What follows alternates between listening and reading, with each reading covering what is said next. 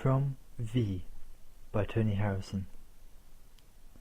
Next millennium, you'll have to search quite hard to find my slab behind the family dead. Butcher, publican and baker, now me, bard, adding poetry to their beef, beer and bread. With Byron, 3 graves on, I'll not go short of company, and Wordsworth opposite. That's 2 peers already, of a sort, and we'll all be thrown together over the pit, whose galleries once run beneath this plot. Causes the distinguished dead to drop into the ravelment of bone and rot, short slack, crushed shell, smashed prop. Wordsworth built church organs. Byron tanned luggage cowhide in the age of steam, and knew their place of rest before the land caves in on the lowest worked out steam. This graveyard on the brink of Beeston's Hills, the place I may well rest, if there's a spot under the rose roots and the daffodils by which my dad dignified the family plot. Your buried ashes saw then, I'd survey the places I learned Latin and learned Greek, and left the ground where Leeds United play but disappoint their fans week after week, which makes them lose their sense of self-esteem, and taking a shortcut home for these graves here, they reassert the glory of their team by spraying words and tombstones, pissed on beer. This graveyard stands above a worked-out pit. Subsidence makes the obelisks all list. On leaning left's marked fuck, and the right's marked shit, sprayed by some peeved supporter who was pissed.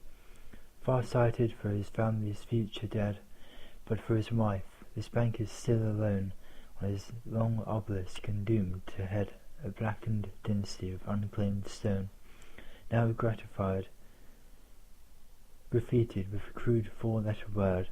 His children and grandchildren went away and never came back home to be interred, so left a lot of space for skins to spray. The language of this graveyard ranges from a bit of Latin to a former mayor, or those who laid their lives down at the psalm, the hymnal fragments of a glided prayer. How people fell asleep in the good Lord, brief chillespal bits from the good book, and rhymes whatever length they could afford, to cunt, piss, shit, and mostly fuck. Or more expansively, there's Leeds v. the opponent of last week, this week, or next, and a repertoire of blunt 4-letter curses, and the team or race that makes the sprayer vexed. Then pushed for time or fling some observer, dodging between tall family vaults and trees like his team's best ever winger, dribbler, swerver, fills every space he finds with versus V's. V's spread on the run at such a lick, the sprayer master of his flourished tool. Grey gets short-armed on the left like that red tick they never marked his work much with at school.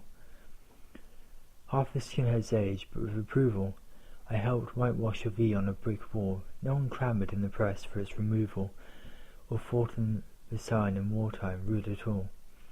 These V's are all the verses of life, from Leeds v Derby, black, white, and, as I've known to my cost, man v wife, communist v fascist, left v right.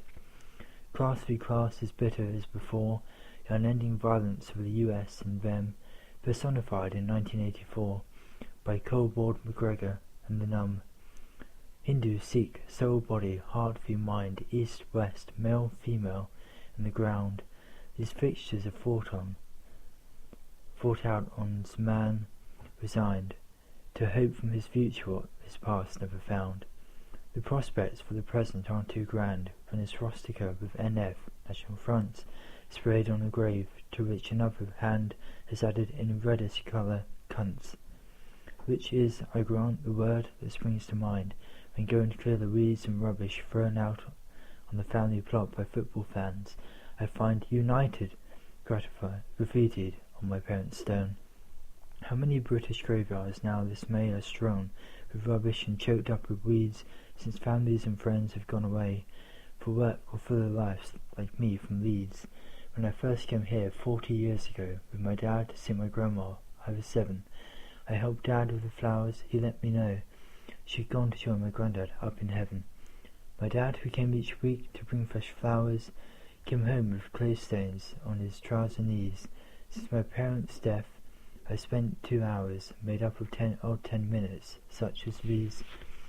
Flying visits once or twice a year, and though I'm horrified, just who's to blame, that I find instead of flowers cans of beer, and more than one grave sprayed with some skin's name.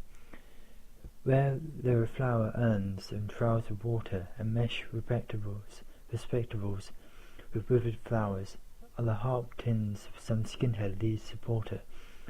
It isn't all his fault though, much as ours.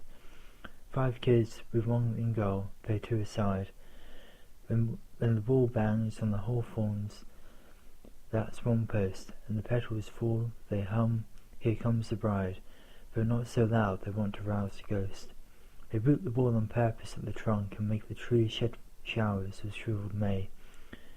I look at this word graffitied by some drunk, and am in half a mind to let it stay. For honesty demands that I say if I'd wanted to take the necessary pains to scrub the skin's inscription off, I only had an hour between trains. So the feelings that I had as I stood gazing, and the significance I saw, could be a sham. Mere excuses for not patiently erasing the word sprayed on the grave of Dad and Mam. This pen's all I have of a magic wand. I know this world's so torn, but want no other, except for Dad, who hoped from the beyond a better life than this one with my mother. For I don't believe in the afterlife at all, and know it's cheating it's hard not to make. A sort of furtive player from the skin's scrawl, his united mean in heaven for their sake, an accent of meaning to redeem, an act intended as mere discretion, and make the thoughtless spraying of his team apply to higher things and to the nation.